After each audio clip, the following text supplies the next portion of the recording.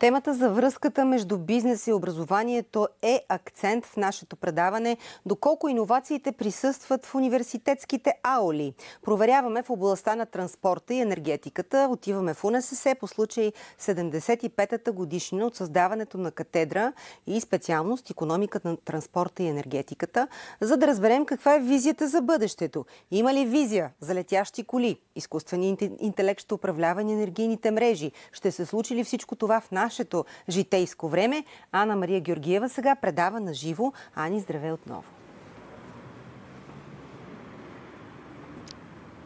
Здравей, Мариана! В момента тече юбилейната конференция. На нея се събраха учени и изследователи, за да обсъждат какви са перспективите и възможностите за развитието на двата стратегически сектора. А сега до мен е професор Христина Николова, която е ръководител на катедра. Здравейте!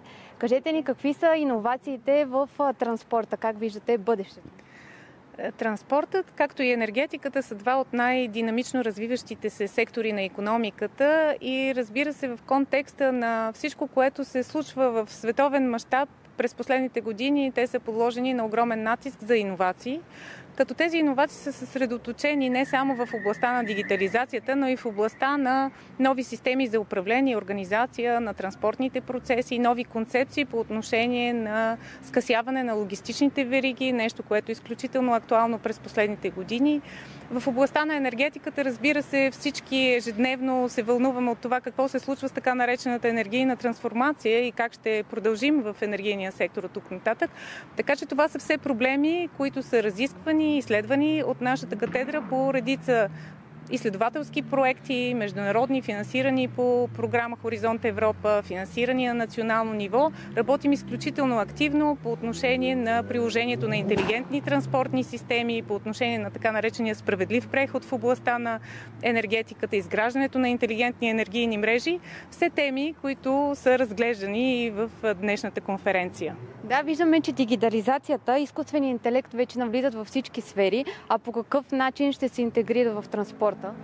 В транспортът дигитализацията и изкуственият интелект имат изключително широко приложение, тъй като това е сектор, който се управлява изключително дигитално през последните години. В този контекст можем да кажем, че не можем да очакваме, че тези сектори ще освободят работна ръка, защото ще бъде заменена от изкуствения интелект. Напротив, изкуственият интелект се явява помощник в дигитализацията и в управлението на процесите, но чисто физическото придвижване на превозните средства все още не е достигнало онзи етап, в който ще може да се освободи от човешко участие, но така или иначе посоката на работа е в подготовката на високо квалифицирани кадри, които са с много добри дигитални и информационни умения, за да могат да участват наистина в управлението на процесите в областта на транспорта и енергетиката по адекватен начин. А сега, Мариана, нека да видим постиженията на един от студентите в катедрата, който заснехме малко по-рано тази седмица. Калуян Тодоров е студент четвърти курс в специалност икономика на транспорта и енергетиката в УНСС. От съвсем малък се интересува от железопътен, градски и авиотранспорт.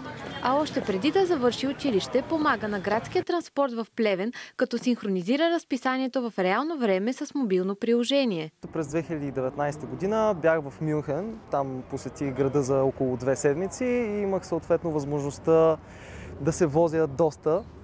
И съответно използвах Google карти, използвах картите, които бяха сложени в самия градски транспорт за ориентиране. Тази идея, вдъхновена от Европа, решава да приложи и у нас.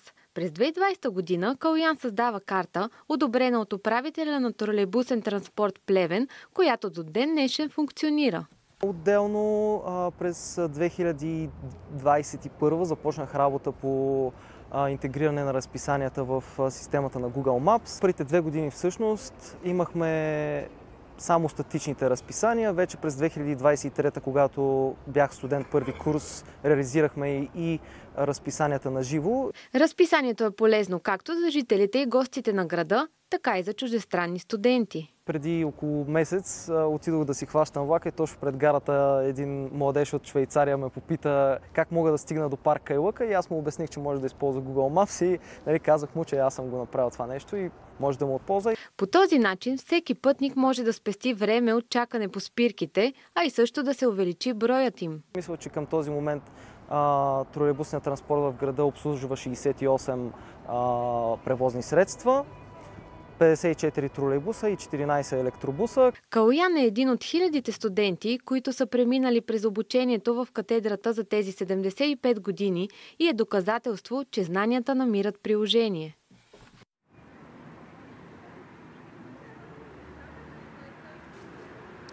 И сега ще продължим малко с екологична насоченост, за да разберем какви политики са нужни, за да се ускори зеления преход в България, тъй като тази тема е на дневен ред. Тази тема е изключително важна. Тя е тема на дневен ред не само в Европа, а и в целия свят. В контекста на последните геополитически развития, разбира се, забелязваме известно отстъпване от дневния ред на такива теми, свързани с екологията, но въпреки това изключително важни в областта на транспорта и енергетиката са тези теми и възможностите за привличане на малко повече внимание от страна на обществото върху декарбонизацията, върху справедливия преход, върху това хората да се почувстват ангажирани с екологичните каузи, така че посоката не само по отношение на обществото и отделните индивидуални домакинства, но и по отношение на компании е тази.